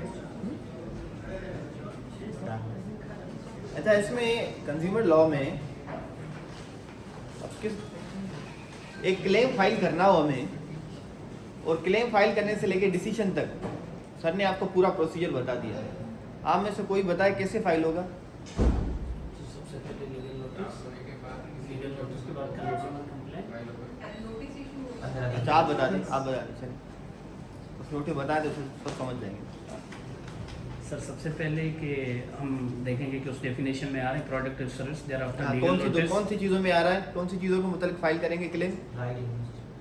प्रोडक्ट, सबसे पहले प्रोडक्ट के अंदर अगर कोई डिफेक्टिव आता है, कोई फॉल्स मिसरिप्रेजेंटेशन है, अगर उसके अंदर कोई भी एक ऐसी चीज़ है जो उसके डिस्क्रिप्शन जो टर्म ऑफ सर्विस के अंदर बताई गई थी लेकिन वो प्रोडक्ट उस हवाले से नहीं है, इस लिहाज से प्रोडक्ट डिफेक्टिव प्रोडक्ट है या फॉल्टी सर्विस है, ये दोनों जनरल टर्म इनको डिफाइन किया गया है कंज्यूमर लॉ में। डिफेक्टिव प्रोडक्ट किसको काउंट करेंगे, फॉल्टी सर्विस किसको काउंट करेंगे? अच्छा चलो, एक डिफेक्टिव प्रोडक्ट हो गया या फॉल्टी सर्विस हो गई, उसके बाद दूसरा स्टेप क्या है? उसके बाद लीगल नोटिस। लीगल नोटिस देंगे, कौन से सेक्शन में देंगे? सेक्शन 29। सेक्शन 29 में देंगे। कितने दिनों का देना है लीगल नोटिस? सबसे पहले 15 डेज का, कि विद इन 15 वर्किंग डेज आपको रिप्लाई देनी है। नहीं, वो 15 डेज का हमें नहीं देना, हम तो नोटिस 20 दिनों का ही देते हैं, उनको रिप्लाई 50 डेज में करना है। 50 डेज में अगर रिप्लाई कर देते हैं तो उसी वक्त फाइल कर देते हैं, अगर 50 डेज में नहीं करते तो आफ्टर 50 डेज फिर 15 दिन के बाद हम क्लेम फाइल करते हैं कंज्यूमर कोर्ट में। उसके बाद इवन अदरवाइज अगर वैसे मेरा मिसकंसेप्शन था वो जो 6 महीने का है कि जो आप कंडोन कर सकते हैं कि 60 days। 60 डेज 60 डेज, क्योंकि मैंने सेफलाफलोपोटो साहब के पास की भी थी तो उसकी वो जहाँ पे वारंटी या गारंटी प्रोवाइडेड है किसी भी की, फिर 60 डेज तक कोर्ट के पास पावर है, वो लिमिटेशन कंडोन कर सकते हैं। जहाँ पे नहीं है तो वो 1 साल तक कर सकते हैं 29 तक। चलो, आपने विद इन टाइम फाइल कर दिया, अगर विद इन टाइम फाइल नहीं करते तो लिमिटेशन सर ने बता दिया आपको। आपने विद इन क्लेम फाइल कर दिया, फिर प्री ट्रायल प्रोसीडिंग्स कोर्ट नहीं, दोनों वो at any stage। नहीं वो तो आगे है ना। पहले क्लेम फाइल करने के बाद क्या होगा? नोटिस नोटिस होगा। नोटिस के बाद जो जवाब दाखिल होगा कितने दिनों में होगा? 30 डेज 15 डेज। 15 डेज लॉ कहता है 15 डेज, अगर 15 डेज में ना करे तो कोर्ट फिर दोबारा 15 डेज एक्सटेंड कर सकती है। WS आना है विद इन 15 डेज। अच्छा, फिर उसके बाद प्री ट्रायल। अच्छा Pre-trial WS के में बाद- क्या, अब जैसे सर ने आपको बताया कि ऑफर की स्टेज आती है ना। अच्छा, अगर आप फाइल कर रहे हैं उसमें आप ऑफर दे रहे हैं कि सर ठीक है मैंने प्रोडक्ट डिफेक्टिव दिया था, मैं इतने पैसे देने के लिए तैयार हूं, या मैं प्रोडक्ट चेंज करने देने के लिए भी तैयार तैयार हूं। अब अगर प्लेंटिफ ने एक्सेप्ट कर लिया तो फिर क्या होगा उस ऑफर को? फिर वही जजमेंट। जजमेंट। अगर प्लेंटिफ ने एक्सेप्ट नहीं किया तो उसके कॉन्सिक्वेंसेस क्या हैं? प्लेंटिफ ने एक्सेप्ट नहीं, डिफेंडेंट एक्सेप्ट करेगा। डिपेंडेंट ऑफर ले रहा है, प्लेंटिफ ने एक्सेप्ट नहीं किया उसको, तो क्या कॉन्सिक्वेंसेस होगा? कॉन्सिक्वेंस लेटर स्टेज जब जजमेंट उसके खिलाफ आएगी तो वो क्लेम भी जो उसने दिया था वो नहीं, स्टेज पूछ रहे हैं कि उसके बाद स्टेज क्या आएगी? Affidavit evidence. अब यहाँ पर एफिडेविट एविडेंस लिया जाता है, इंटीरियर में वो डायरेक्ट एग्जामिनेशन चीफ है। अच्छा, इसमें देखें अगर सब्सिक्वेंटली तो ये 2 चीज़ें हैं। अगर वो डिफेंडेंट में ऑफर देता है, वो एक्सेप्ट ऑफर नहीं करता, ठीक है, so he will not be entitled for such offer in future stage. पर अगर ये डिसाइड हो जाए कि फ्राइवलेस या वेक्सेशियस कंप्लेंट है तो अपार्ट फ्रॉम डिप्राइविंग बेनिफिट से कोर्ट उसके ऊपर फाइन भी कर देती है टू द प्लेंटिफ। चलो हम आ गए एफिडेविट एविडेंस पे। वैसे ऑर्डिनरी सूट में स्टेज होती है ओरल हियरिंग की या इश्यूज की, ठीक है, तो इसमें भी मैंने एक आर्टिकल आप सबसे शेयर किया है ग्रुप पे, जो मैंने लिखा था पर मुकेश साहब सहमत नहीं थे, जो इस लॉ में डिफेक्ट्स हैं, ठीक है ना। इस लॉ में बहुत सारे डिफेक्ट्स हैं जो मैंने कुछ हाईलाइट किए 5-6, आप पढ़ लीजिएगा, ग्रुप पे मैंने शेयर किए हैं। अच्छा, फिर एफिडेविट एविडेंस के बाद फिर आ गए आप, फिर क्या होगा?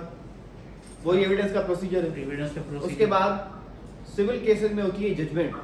यहाँ पे क्या होता है?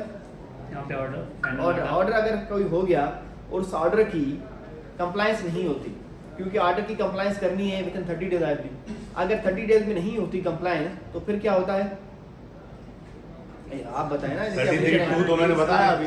Execution. तो देखिए एग्जीक्यूशन का तो लफ्ज ही नहीं है ना। Compliance का तो word। law में लफ्ज है।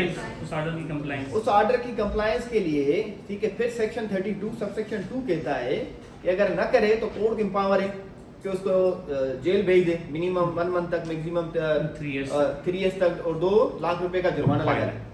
अच्छा, ये तो एक प्रोसीजर हो गया रिगार्डिंग द क्लेम। अगर नहीं होता, जैसे सर ने आपको बताया, फिर अमेंडमेंट आई थी, फिर आप क्या करते हैं, सब्सिक्वेंटली अगर डिसीजन आने के बाद उसकी अपील फाइल कर देते हैं, डीजी के पास पहले हाईकोर्ट में होती है। अब एक दूसरी चीज है जो इस लॉ में मुझे समझ में आज तक नहीं आई, हालांकि ऐसा होना चाहिए था कि आपने पढ़े सेक्शन 18, 19 ठीक या 16। अब अगर हम कहते हैं कि मैं किसी शॉप के पास जा रहा हूँ, मैंने ये आके आईपैड परचेज किया, आईपैड परचेज करने के बाद मुझे पता चला कि ये इस आईपैड में फैक्ट्री अनलॉक है या नहीं, या कोई दूसरा इशू आ रहा है, कैमरा खराब है वगैरह, या मैं परचेज करने जा रहा हूँ, उस दुकान वाले ने इसकी प्राइस नहीं लगाई, या मैं कोई दूसरा कंज्यूमिंग आर्टिकल। ये माइक बंद कर दे काइंडली, जब हम बात कर लेक्चर दे रहे हैं ना तो माइक बंद कर दिया करें आप प्लीज। या मैं कोई प्रोडक्ट परचेज करने जा रहा हूँ, मुझे इसकी रिसीट नहीं मिल रही, ठीक है, या रिसीट मुझे, या उसका रेट प्राइस नहीं बताई जा रही, या रिसीट के जो इंग्रेडिएंट्स है वो बताए नहीं जा रहे, तब उसकी कंप्लेंट कहाँ फाइल होती है? फिर कंज्यूमर अथॉरिटी के पास, अथॉरिटी की फाइल होती है। हालांकि ऐसा होना चाहिए कि ये कंप्लेंट कंज्यूमर कोर्ट में भी डायरेक्ट फाइल होनी चाहिए थी। हाँ बिल्कुल, वो कोर्ट डायरेक्शन ठीक, अब अथॉरिटी डिस्क्रिप्शन पे होती है on behalf of such person. अब अथॉरिटी के लिए ये नहीं है कि अथॉरिटी इस कंप्लेंट को फाइल कर सकती है, जो मुझे समझ में आया ये है कि अथॉरिटी क्लेम फाइल कर सकती है on behalf of a private person. अगर अथॉरिटी ये डिटरमाइन करे कि 50,000 तक फाइन, उससे नहीं, उसको ज्यादा देनी चाहिए, तो देन अथॉरिटी कर सकती है। बहरहाल अब उसमें अथॉरिटी के रिलेटेड फाइंडिंग्स हैं कि अथॉरिटी कर सकती है, ये करे वो करे। मेरे हिसाब से कंज्यूमर भी कर सकता है। लॉ अब ये क्यों कर सकता है मैं आपको बताऊं। सेक्शन 26 है, वो कहता है फाइलिंग ऑफ क्लेम्स। क्लेम्स क्या कहता है? A claim for damages arising out of contravention of any provisions of this act. अब इसमें प्रोसीजर भी दो हैं, एनी प्रोविजंस ऑफ मेरा सब ये प्रोसीजर। बड़ी लंबी बहस है, जब हम बैठते हैं करते हैं। आप अगर कंज्यूमर लॉ को कह रहे हैं कि at one instance consumer law power exercise करेगी सिविल कोर्ट के, ऑन द अदर हैंड आप कह रहे हैं कि कंज्यूमर लॉ क्रिमिनल कंप्लेंट भी कर सकती, एंटरटेन करेगी, ठीक है। तो कौन से प्रोविजन में एंटरटेन करेगी? क्योंकि इससे क्लेम को तो आप कह रहे हैं कि अगर कोई बंदा डैमेजेस करने के लिए जाएगा या कोई राइट सी करने के लिए जाएगा, आपने सेक्शन 2 में डिफाइन किया हुआ है। अगर मुझे कंप्लेंट करनी है जिसको डिफाइन कर रहे हैं कंप्लेंट सीआरपीसी में, then the procedure of such CRP is provided in the CrPC must be follow, फिर हमें ये फाइल करना चाहिए था। पर बहरहाल अब उसके बाद एक दूसरी चीज थी, जैसे मुकेश साहब ने बताया कि हमने जो भी ऑर्डर किए, मैंने किया, इन्होंने किए, जिसने भी किए सब कैसे डिसाइड हो गए। अब उसका रीजन क्या है? जब ये नई कंज्यूमर लॉ आया, कुछ मेंटेन भी हुआ। हाँ, एक दो मेंटेन किसी का हुआ होगा, बाकी तो मैंने जिसका सुना है सब जावेद कोरेजो साहब के थे, कुछ इनके थे, मेरे थे, दूसरे जजेस थे, 4 एक्टिव जजेस थे जो डिसीजन दे रहे थे कंज्यूमर लॉ पे। अब एक मैं चीज आपसे पूछता हूँ कि अगर मैं किसी बिल्डर के पास गया, मैंने एक घर खरीदा, ठीक है, अब वो बिल्डर जो है इन द सेंस अगर मैं बोलूं कि सर प्रोडक्ट बेच रहा है in the form of house, या मुझे सर्विस दे रहा है being because he will look after such society. अब अगर वो मुझे फाइल देने के बाद मुझे पता चल रहा है कि जिसने जो सर्विसेज के वादे किए थे वो तो मेरे साथ पूरे कोई भी नहीं किए, तो फिर क्या मैं कंज्यूमर लॉ में आ सकता हूँ? हाँ? नहीं भाई, वो तो है, यहाँ पे आ सकते हो या नहीं ये बताओ। हाँ फास्ट रिप्रेजेंटेशन तो है, सही है, फाइल होता है। वैसे इस पे एक जजमेंट है लाहौर हाई कोर्ट की कि आप नहीं जा सकते। मैं उस जजमेंट से मुत्तफिक नहीं हूँ, क्योंकि आप सुप्रीम कोर्ट के जज बनेंगे। मैं उसकी रीजन दूंगा, मैं उसकी रीजन देता हूँ। समझाने तो दो। आप उसके खिलाफ नहीं जा सकते, क्यों? बिकॉज यू, अगर आप सर्विसेज हायर कर रहे हैं रिगार्डिंग द मूवेबल प्रॉपर्टीज, ठीक है, then you can knock the door of the consumer court, because जो पर- सेल्स ऑफ गुड्स से हम बताया। हाँ समझे। पर अगर आप मूवेबल प्रॉपर्टी के लिए जाते हैं तो आप कंज्यूमर लॉ में नहीं आएंगे उस जजमेंट के मुताबिक। अब बाद में ये था क्योंकि इसमें लॉ में शुरू में आया ये लॉ, जब इनेक्ट बना तो पहले हम जजेस थे, फर्स्ट जजेस कंज्यूमर कोर्ट में अपॉइंट होने वाले, तो गैस के केसेस हों, अभी तो गैस में अमेंडमेंट आ गई है कि भाई ओगरा के पास स्पेसिफिकली आपको जाना है, ठीक है ना, आप दूसरी रेमेडी भी अवेल नहीं कर सकते। या अगर वापडा के इशू होते हैं हेस्को से रिलेटेड या के इलेक्ट्रिक से रिलेटेड, तो आपको इशू होगा तो आप इलेक्ट्रिक इंस्पेक्टर के पास जाएंगे, जो उसी का बंदा है, जो एक्सीडेंट आता है तो दरवाजे तक छोड़ने जाता है, दरवाजे तक लेने आता है, ठीक है, जो आपका मसला जिंदगी में हल नहीं कर पाएगा। आप सूट भी फाइल नहीं करते, बीच में सूट का एक प्रोविजन था कि आपको जो डिस्प्यूटेड अमाउंट है वो कोर्ट में जमा कराएंगे, तो फिर आप जो है 56 ट्रिपल डी या ट्रिपल ई कुछ तरीके से मेरे ध्यान में नहीं है, तो आप सूट फाइल कर सकते हैं, ठीक है। अदरवाइज डिटेक्शन का इशू है, दूसरी चीजें हैं, तो आप उसके मुतालिक अब तो कंज्यूमर लॉ में नहीं जा सकते इन चीजों की। अब जैसे इंश्योरेंस का इशू आ गया, अब इंश्योरेंस के मतलब कोई इशू होता था तो आप स्पेशल ट्राइब्यूनल में जाएंगे, कोरियर सर्विस से रिलेटेड कोई इशू आता है तो उनका अलग ट्राइब्यूनल बना हुआ है, पर कंज्यूमर सर्विस मोबाइल सर्विसेज के मतलब है तो आप पीटीए में जाएंगे। बहरहाल इन शॉर्ट जो भी जुरिस्डिक्शन इस लॉ कंज्यूमर को, हालांकि बड़ी वाइड जुरिस्डिक्शन होनी चाहिए थी, क्योंकि ये जो लॉ है बड़ा प्रिसाइज है और लोगों के इशू जो हैं क्वाइट फास्ट डिस्पोज ऑफ हो सकते हैं थ्रू दिस लॉ, पर इसका एम्बेड को बड़ा लिमिटेड कर दिया गया है। तो अब इसके एम्बेड में यही चीज आती है कि कुत्ता लिया, कुत्ता दूसरे ब्रीड का निकलेगा, ठीक है, वो भी जुरिस्डिक्शन में नहीं आ रहा। अच्छा, अब दूसरी चीज एक मुकेश साहब ने आपको अच्छी चीज बताई हेल्थ केयर पे ना, अब अगर मैं किसी डॉक्टर के पास जाता हूं, एक तो डॉक्टर की नेग्लिजेंस है, उस नेग्लिजेंस की वजह से मुझे कोई मेडिकल कॉन्सिक्वेंसेस फेस करना पड़ती है, तो मैं कंज्यूमर लॉ में जाऊंगा यहाँ पे, या मैं पीएमडीसी के पास जाऊंगा?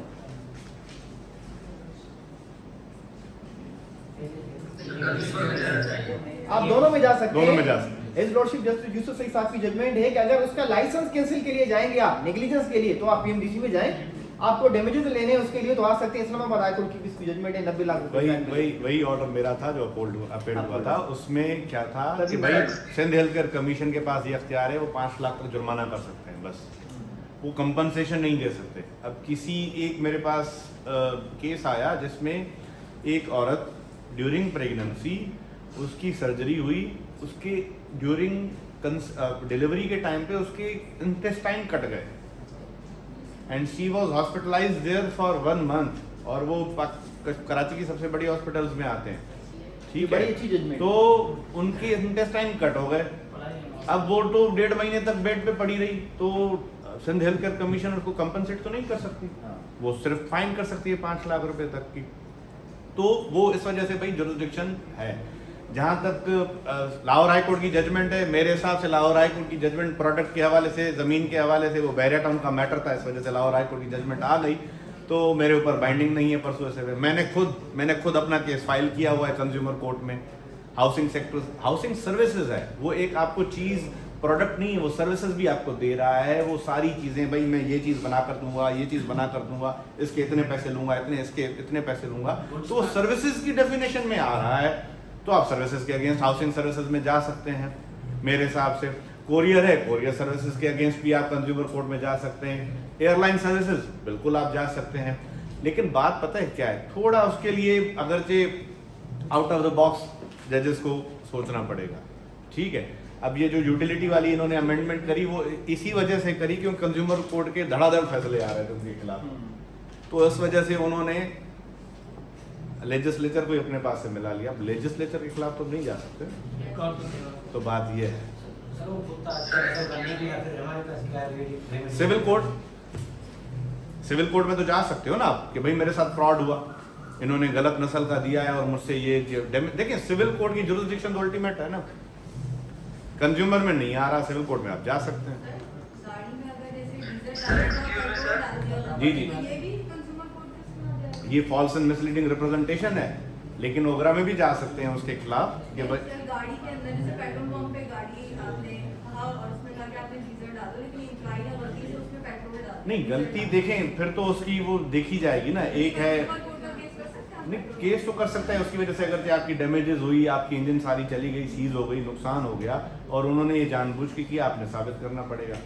हाँ भाई माय मिस्टेक है, वो कहता है भाई मैं बना के देता हूँ, तो दैट्स इट, मसला हल हो जाएगा। सो वास्ट जुरिस्डिक्शन है। अच्छा, सब्जेक्ट टू कंसीडरेशन। अच्छा, इश्यूज की बात आई, इन्होंने कहा कि इश्यूज आप फ्रेम नहीं कर सकते। मेरा पॉइंट ऑफ व्यू है एसआरपीओ में भी इश्यूज नहीं दिए गए हैं, लेकिन कोर्ट जो है उसमें पॉइंट फॉर डिटर्मिनेशन फ्रेम करती है। मेरे हिसाब से इसमें भी आप पॉइंट फॉर डिटर्मिनेशन फ्रेम कर सकते हैं और करना चाहिए व्हाइल डिसाइडिंग द केस। भाई मेरे हिसाब से कंट्रोवर्सी क्या है, या मेरे हिसाब से कौन से पॉइंट हैं जो मुझे डिटरमाइन करने हैं, because the law does not provide any specific section for framing any issues.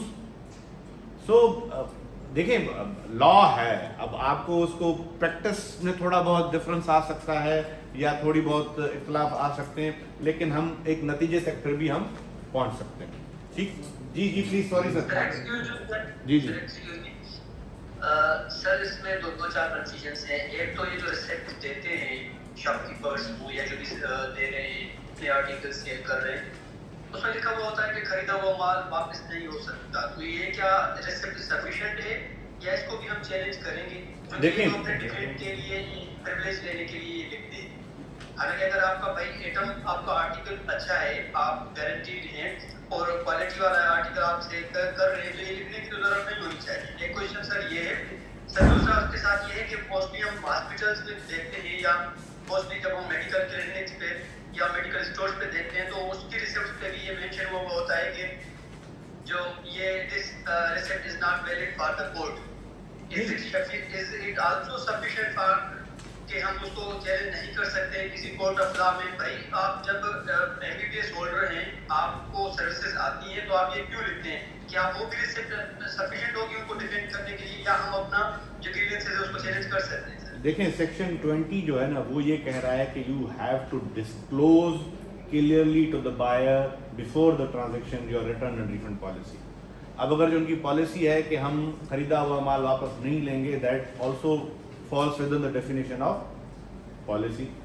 अब अगर आप ये समझते हैं कि उनकी पॉलिसी गलत है, उनका प्रोडक्ट ना खरीदें, क्योंकि कंज्यूमर जो है वो बादशाह है, कंज्यूमर इज द किंग। अगर कोई प्रोडक्ट बेचने वाला आपको सर्विसेज ही नहीं दे रहा या आपको डिफेक्टिव चीज दे रहा है, तो दूसरा बंदा दोबारा उसके पास नहीं जाएगा। लॉ ये कहता है कि रिटर्न रिफंड पॉलिसी होनी चाहिए क्लियर, ये नहीं कहता कि भाई हाँ रिटर्न होना चाहिए। अब उसमें अथॉरिटी पर डिसाइड करेगी कि क्या होना चाहिए। अब आपको मजे की बात बताऊं, इंडिया में अथॉरिटी ने, ठीक है, बिल्डर्स के लिए एक स्पेसिफिक एग्रीमेंट बनाया है, बिल्डर्स के लिए कि भाई बिल्डर से जो भी बंदा फ्लैट बुक करवाएगा या प्रॉपर्टी बुक करवाएगा, ये एग्रीमेंट का फॉर्मेट है और इस एग्रीमेंट के फॉर्मेट के तहत आप एग्रीमेंट करेंगे। वो कंज्यूमर प्रोटेक्शन अथॉरिटी ने वहां बनाया है। अब अगर यहाँ आप जाएं फ्लैट खरीदने, उस पर आप जब टर्म्स एंड कंडीशंस पढ़ते हैं वो सारी आपके खिलाफ होती हैं, बिल्डर की सपोर्ट में होती हैं। वो कहते हैं भाई 500 डिले हो गया, हम 1 रुपया नहीं देंगे। आपके लिए कहते हैं आपने पेमेंट 2 महीने लेट कर दी, वो फ्लैट कैंसिल कर देंगे, कहते हैं ना। तो ये जो टर्म्स एंड कंडीशंस हैं, इनके लिए भी ये कहा गया है कि ये टर्म्स एंड कंडीशंस जो हैं वो इक्वल होनी चाहिए। अगर एक टर्म्स एंड कंडीशन किसी कॉन्ट्रैक्ट की सिर्फ एक पार्टी को फेवर करती हैं, तो वो भी कानून में कोर्ट कह सकती है कि भाई ये कंज्यूमर कोर्ट की जो ये जो टर्म्स एंड कंडीशंस हैं, ये ट्रिकरी है, पार्ट ऑफ ये डिसीव किया गया है। और जो स्टैंडर्ड्स हैं, किसी भी प्रोडक्ट सर्विसेज के लिए कोई स्टैंडर्ड अगर नहीं दिया गया है किसी प्रोडक्ट या सर्विसेज के लिए, वही स्टैंडर्ड तस्लीम किया जाएगा जो इंडस्ट्री में प्रीवेल कर रहा है, जो नॉर्मल पर्सन एक्सपेक्ट करता है। लेट से आप पीसी होटल में गए, आपने खाना खाने गए, आपने गाड़ी पार्क की, गाड़ी आपने दे दी उसको, ठीक है, आप वेले वालों ने आपको रसीद दे दी। अब वेले वाली पे लिखा होता है क्या? We are not responsible for loss, we are not responsible for theft लिखा होता है, ठीक है। आप खाना खा के वापस आते, आपकी गाड़ी चोरी हो गई, तो वो तो कहेगा भाई हमने तो आपको लिख कर दे दिया था, हम रेस्पॉन्सिबल नहीं है अभी। तो इस पे एक बड़ी जबरदस्त सुप्रीम कोर्ट की जजमेंट है इंडिया की, उन्होंने इस कॉन्सेप्ट को किया है, this is the concept of bailor and bailee. वो जिसने गाड़ी दी उसने इस हिसाब से दी, ये बेलमेंट की उसने दी कि भाई सेम हिसाब से जैसे मैंने तुम्हें गाड़ी दी है, उसी बेलमेंट में उसी पॉइंट ऑफ व्यू से वापस तुमसे लूंगा। वो अगर से लिख भी रहा है, वो इस एक्सपेक्टेशन से उस जगह पे गया कि पीसी होटल में मैं सेफ हूँ। वो बाहर 5,000 पे खर्च कर रहा है, वो 10-20,000 इस वजह से करने गया है कि मैं यहाँ पे सेफ हूँ, मेरी कोई चीज का नुकसान नहीं होगा। अगर कि उस एक्सपेक्टेशन पे वो पूरा नहीं उतरता है, लिहाजा ही इज एट फॉल्ट। तो सुप्रीम कोर्ट ने उसको कह दिया नहीं, यू आर लायबल, आप ये लिख के अपनी रिस्पॉन्सिबिलिटी खत्म नहीं कर सकते, क्योंकि बेलर और बेलमेंट के कॉन्सेप्ट में ये है, अगर आप किसी के कोई चीज हवाले कर रहे हैं और कंडीशंस तय कर रहे हैं कि भाई ये तुम इसी सूरत में वापस होगी, उसकी जो रिस्पॉन्सिबिलिटीज है वो बढ़ सकती हैं, कम नहीं हो सकती। तो उन्होंने कहा आप अपनी रिस्पॉन्सिबिलिटी से अपने आप को वापस नहीं ले सकते। तो एक बड़ा ही है, उसमें काफ़ी चीज़ें हैं, तो इसको पॉजिटिवली लेना चाहिए। जी सर इसमें जब देखते हैं तो ये तो अमूमन मेजॉरिटी में जो यहाँ पर बिजनेसेस चल रहे हैं वो सब अपनों खुद को डिफेंड करने के लिए, प्रोटेक्ट करने के लिए ये मेंशन कर देते हैं अपने रिसेप्ट पे कि ये चैलेंजेबल भी नहीं है ना। अगर सब कोई बिजनेस है तो उसमें देखते हैं कि ये खरीदा हुआ माल वापस नहीं लेंगे या ना ही रिफंड करेंगे। तो अमूमन जो भी हमारे कारोबार हम देख रहे हैं उस हर रिसेप्ट पे ये लिखा होता है। जब हम हॉस्पिटल्स में जाते हैं या क्लिनिक से या मेडिकल स्टोर से कुछ लेते हैं, वहां पर ये मेंशन वो होता है कि भाई नॉट वैलिड फॉर गुड। तो उनके ये सिंपल स्टेटमेंट अगर किसी को इतना हर्ट करती है, किसी का इतना नुकसान हो जाता है, तो वो स्टेटमेंट को कैसे डिफेंड करेगी कि भाई हाँ आपकी स्टेटमेंट से आप क्या खुद को बस ऐसे ही वो कर लेंगे। शाह साहब कह रहे हैं चाय आप पिए, मैं जवाब देता हूँ। अब जैसे इसमें एक कॉन्ट्रैक्ट एक्ट आपने पढ़ा, उदैर साहब ने आपको प्रोविजन पढ़ाया था कि ऐसा कोई एग्रीमेंट या ऐसी कोई चीज जो आपको लीगल रेमेडी लेने से रोके वो क्या होगी, वॉइड। सेक्शन 23, 28 दोनों पढ़ लीजिएगा कॉन्ट्रैक्ट एक्ट के दोनों साथ, ठीक है, फिर आपको समझ में आ जाएगी। और ये बात रही कि this is not valid for court, it means you can not use it as a certificate, otherwise it is not preventing you from availing the legal remedy. अगर आपने कोई मेडिसिन ली स्टोर वाले से, वो प्रोडक्ट परचेज करने के time पे medicine आपने खाई, उसकी वजह से आपका लेबर फेल हो गया, कोई दूसरा इशू आ गया, you can go to the consumer court. ठीक है, ये जो है वो उसमें लिखी होगी this is not valid for the court, तो ये बार वो नहीं आएगा। अदरवाइज कॉन्ट्रैक्ट एक्ट बड़ा क्लियर है कि ऐसी कोई चीज जो आपको रेस्ट्रेंट करे from availing the legal remedy वो वॉइड तस्वर की जाएगी in the eyes of law. ठीक है, आप हायर की चीज खरीदेंगे ना, उस पे वारंटी कार्ड पे लिखा हुआ in case of any litigation you can file litigation against Haier in Lahore. Haier पे या किसी और कंपनी पे ये लिखा हुआ है, तो क्या आप जब केस फाइल करेंगे कराची में नहीं कर सकते? कर सकते हैं बिकॉज कॉज ऑफ फिक्शन आपको यहाँ अराइज हुआ। हाँ, आपकी ये म्यूचुअल अंडरस्टैंडिंग से आप दोनों ने यह तय किया होता कि हाँ हमारी लिटिगेशन होती, हम लाहौर में करेंगे, ये पॉसिबल है। जैसे आर्बिट्रेशन में होता है क्लॉजेज में कि भाई हमारी अगर कोई इशू हुआ, डिस्प्यूट हुआ, तो हम यहाँ पे आर्बिट्रेशन। इस पे भी जजमेंट है कि पार्टीज के नॉट टेक और कन्फर द जुरिसडिक्शन। हाँ, ठीक, इस पे भी है। तो इस पे भी जजमेंट अगेंस्ट भी है कि भाई अगर जो पार्टी ने आपस में तय किया है तो वहाँ की जुरिसडिक्शन जाके वो ले। तो ये आपको रोक नहीं सकता। जैसे आपको ये बताया कि भाई आपकी लीगल रेमेडी को कोई भी डॉक्यूमेंट जो है वो रोक नहीं सकता। अच्छा, दूसरी चीज किसी ने सवाल पूछा कि रिफंड और रिटर्न पॉलिसी। देखिए सेक्शन 20 कंज्यूमर लॉ का कहता है कि रिफंड और रिटर्न पॉलिसी का डिस्क्लोज करना है। अब इसका जो आप हमसे प्रोडक्ट ले रहे हो हम आपसे वापस नहीं लेंगे। अब मैंने एक मोबाइल फोन ले लिया, 2 साल तक चला रहा हूँ, सही चल रहा है, या 1 साल तक चलाया, मोबाइल बिल्कुल सही चल रहा था, अगले साल में गया नया मॉडल हो गया, भाई वापस ले लो, मुझे दूसरा दे दो, ऐसे तो नहीं होगा ना। उनका काम होता है सेलर का कि सिर्फ ये डिस्क्लोज करे whether the refund or return policy is applicable or not. If I am purchasing a product which is subsequently defective, then I can approach the shopkeeper for return of the product. इसके मुताबिक। अब मैं जी आप पूछिए। आप तो ना सकते, असल में तो मैन्युफैक्चरर उसका जो मैनेजर जो लुक आफ्टर कर रहा है बिजनेस को ऑन बिहाफ ऑफ उसको भी कर सकते हैं। अदरवाइज डायरेक्टली देखें, अगर किसी बैंक का कोई मालिक है, जैसे जेएस बैंक है, उसका मालिक है जहांगीर सिद्दीकी, अब अगर आप गए किसी ब्रांच में, ठीक, आपके साथ कोई इशू हुआ या किसी भी कंपनी में, तो जाहिर सी बात है उस ब्रांच वाले के जिसके साथ डायरेक्ट इंटरेक्शन हुई इसको भी कर सकते हैं, इसको भी कर सकते हैं। नहीं, इसमें तो आप मोबाइल परचेज करने गए हैं, उसकी सर्विस फॉल्टी निकली है तो फिर उसी को करेंगे सिर्फ। अगर प्रोडक्ट डिफेक्टिव निकला तो दुकान वाले को भी करें, जो उसका सप्लायर है उसी को भी करें। नहीं, मैन्युफैक्चरर दोनों, बिल्कुल मैन्युफैक्चरर भी होगा because the defect is in the product. वो स्पेसिफिकेशन में पूरा नहीं होता। अब अगर वो दुकानदार को आप पार्टी करते हैं तो अपना जो ट्रांजैक्शन कंप्लीट करने के लिए कि भाई मुझे ये दिया, ये प्रूव हो सके कि हाँ मैंने खरीदा है। हाँ, तो लेकिन कोर्ट आखिर में डिसाइड करेगी हु इज द लायबल, वो जॉइंटली लायबल है या सिर्फ मैन्युफैक्चरर लायबल है, तो वो डिसाइड करेंगे। ठीक है, थैंक यू। अच्छा, इसमें कंज्यूमर लॉ क्लियर हो गया, बड़ा छोटा सा सब्जेक्ट है। हाँ, लेकिन इख्तिलाफात बड़े। हाँ, ये जैसे इख्तिलाफ होंगे तो आपकी लॉ में भी डेवलपमेंट होगी, लॉ अच्छा बनेगा। ठीक है, और वैसे ये तो कुरान में भी है कि इख्तिलाफ अगर इस सबब से हो कि इसकी आउटकम अच्छी निकले तो ये अच्छी चीज़ है। अच्छा, और दूसरी चीज़, अभी ड्राफ्टिंग की एक टेस्ट लेते हैं आपकी, ठीक है? 30 मिनट का टाइम है आपके पास, ये 20 या 30 मिनट जितने में कर लिया। वैसे तो क्वेश्चन पेपर में आपको अटेम्प्ट करने के टाइम पे 20 मिनट ही होगा।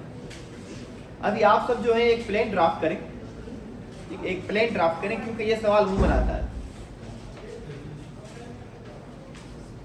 जूम वालों के पास भी पेपर और पेन होगा, आप ड्राफ्ट करके मुझे व्हाट्सएप करके भेज दें, मैं चेक कर लूंगा, ठीक? अच्छा, प्लेन बनाए अभी आज। अच्छा, प्लेन बनाए आप। अब दो में चीजें दे रहा हूं आपको, दोनों में से जिसकी आप बनाना चाहें वो बना लें, ठीक है? एक प्लेन बनाए सिंपल। इस सिनेरियो ये है कि मैंने ए ने इंटर किया, नाम कोई भी ले लें, ठीक है? ए ने एक प्रॉपर्टी परचेज की बी से। वो प्रॉपर्टी परचेज करने के बाद प्रॉपर्टी की वैल्यूएशन थी 1 करोड़। मैंने 70 लाख रुपये उसको दे दिए हैं।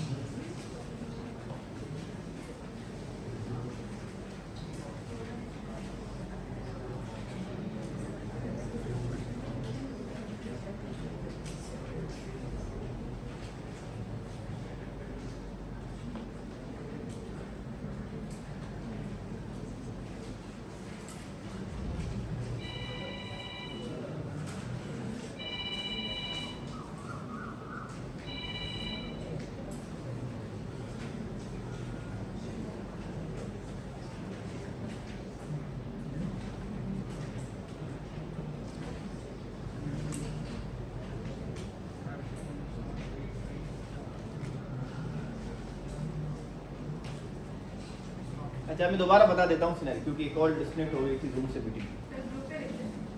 ग्रुप पे लिख दूँ? चलो मैं लिख भी देता हूँ, पहले वॉइस नोट हो करे तो। अच्छा, वॉइस नोट भी मैं ग्रुप पे वॉइस नोट कर देता हूँ, फिर आप सुनिए, ठीक है? अच्छा, आप इस चीज एक ड्राफ्ट करें सिविल में प्लेन, अगर जिनको करनी है, और एक मैं फैमिली की सिचुएशन भी लेता हूँ, ठीक है? क्योंकि ये दोनों क्वेश्चन बार बार आते हैं 1998 से लेके आज तक, तो दोनों में से जो आपको इजी लगे आप वो ड्राफ्ट कर लें। अब जरूरी नहीं है कि आप परफेक्टली ड्राफ्ट करें, ठीक है? मुझे सिर्फ ये चेक करना है कि क्या जो प्रोसीजर बताया गया है सिविल लॉ में आर्टिकल 7 के मुताबिक, उसके मुताबिक ड्राफ्ट कर रहे हैं या नहीं, या फैमिली लॉ में जो प्लेन फाइल होती है वो आपकी इन अकॉर्डेंस विथ लॉ है या नहीं, ठीक है? फैमिली कोड एक्ट में दी गई है। कोई भी गूगल से कॉपी करके ना बनाए, ठीक है? आप भले गलती करें, अगर आप गलती करेंगे तो मैं इसको रेक्टिफाई करूंगा, तो उस चीज़ को जब आप पेपर देंगे तो उस पेपर में आपको अच्छे मार्क्स आएंगे इस चीज़ पे। अब एक सिनेरियो, एक मैं वॉइस मैसेज कर रहा हूँ ग्रुप पे, ठीक? एक चीज़ ये कि ए ने एक प्लॉट परचेज किया बी से, उसके मुतालिक होता है एग्रीमेंट टू सेल, जिसमें ये था कि प्लॉट 1 करोड़ के एवज बी सेल कर रहा है ए को। ए ने 70 लाख रुपए दे दिए, 30 लाख रुपए बकाया उसको 3 महीने के अंदर देने हैं। ए ने जो 30 लाख रुपए बकाया थे विथिन 1 मंथ दे दिए उसको बी को। अब बी ने पूरे पैसे लेने के बावजूद भी वो प्रॉपर्टी उसके नाम पे ट्रांसफर नहीं कर रहा, तो उसके लिए हमें एक प्लान बनानी है, suit for specific performance of contract. ये सिंपल सिनेरियो है। हाँ, पोजीशन मांगेगा तो वो तो उसके साथ ही होती है। नहीं, पोजीशन अभी नहीं दी, पोजीशन भी अभी तक नहीं दी, ठीक है? तो ये सारी चीजें ध्यान में रखिएगा कि आपको सूट फाइल करना है। पोजीशन अभी तक बी के पास ही है, बी ने पैसे भी ले लिए मुझसे पूरे, वो मेरे पास रिसीट्स भी हैं, पैसों की रिकॉर्ड है, एग्रीमेंट भी है। अब मैं एक suit for specific performance file करना चाहता हूँ जिसमें मैं पोजीशन भी सीख कर रहा हूँ इस एग्रीमेंट की इन्फोर्समेंट के लिए। ये एक सिंपल केस है, ठीक है? अब ए में अब ए का नाम कर दें फॉर इंस्टेंस ऑफ दीदार, ठीक? अब बी का नाम इसमें आप कर दें समझ। ये B is owner of the property, title उसका क्लियर है, उसमें कोई डिस्प्यूट नहीं है। ए जो है परचेजर है, वो प्रॉपर्टी को परचेज कर रहा है। एक सीन हो गया, ये सिंपल सा सिचुएशन मैंने आपको दी, इसमें कोई टेक्निकलिटीज नहीं है। अच्छा, दूसरा ये दूसरी इस चीज पे प्लान आप ड्राफ्ट करें फैमिली लॉ में dissolution of marriage act section 2 के मुतालिक, ठीक है। किसी भी ग्राउंड पे जो आपको क्रूअल्टी का ग्राउंड हो, मेंटेनेंस का ग्राउंड हो, एक वाइफ सूट फाइल कर रही है अगेंस्ट हर हस्बैंड, ठीक, वो हस्बैंड से डिसोल्यूशन ऑफ मैरिज चाहती है on the grounds mention under section 2 of the dissolution of marriage act 1939, ठीक। अब उसमें वो दूसरी चीज़ों को भी कंसीडर कीजिएगा जो मैंने आपको पढ़ाए थे फैमिली लॉ के साथ मुकेश साहब ने, या जो मैंने आपको बताई थी कि what is the difference between the खुला and dissolution of marriage act, ठीक। तो उसके मुताबिक सिंपल प्लान जो है आप ड्राफ्ट करेंगे इसमें भी। अब इसमें एक का नाम ले लें, किसी लेडीज का आयशा, मारिया, जो भी ठीक है, और उधर जो है बी में नाम ले लें दीदार का, शादी नहीं बेचारी के, ठीक है, तो ये ले लें। अब उसमें suit for dissolution of marriage के साथ आप मेंटेनेंस भी मांगे इद्दत के पीरियड की, ठीक है, इद्दत के पीरियड की मेंटेनेंस भी मांग ले और 6 महीने के एरियर्स भी मांग ले, ठीक। चलो 6 महीने के एरियर्स ना मांगे या आप सिर्फ इद्दत की मेंटेनेंस मांग ले, ठीक है, कि अगर उसके दौरान मुझे मेंटेनेंस भी ग्रांट की जाए, सिर्फ ये सिनेरियो है सिंपल आप, ठीक है। तो वो जो आपने सूट बताया सिविल सूट, उसमें प्रॉपर्टी की वैल्यूएशन 1 करोड़ है। 1 करोड़ नहीं बताइए, प्रॉपर्टी की वैल्यूएशन 1 करोड़ है, ध्यान में रखिएगा। वो सारी चीजें ज्यूरिसडिक्शन, लिमिटेशन, ये हर चीज अपने ध्यान में रख के। अब टाइम स्टार्ट आपका अभी हो रहा है, ये 3:15 बजे तक मुझे दे दें, पर मुझे भी कहीं जाना है।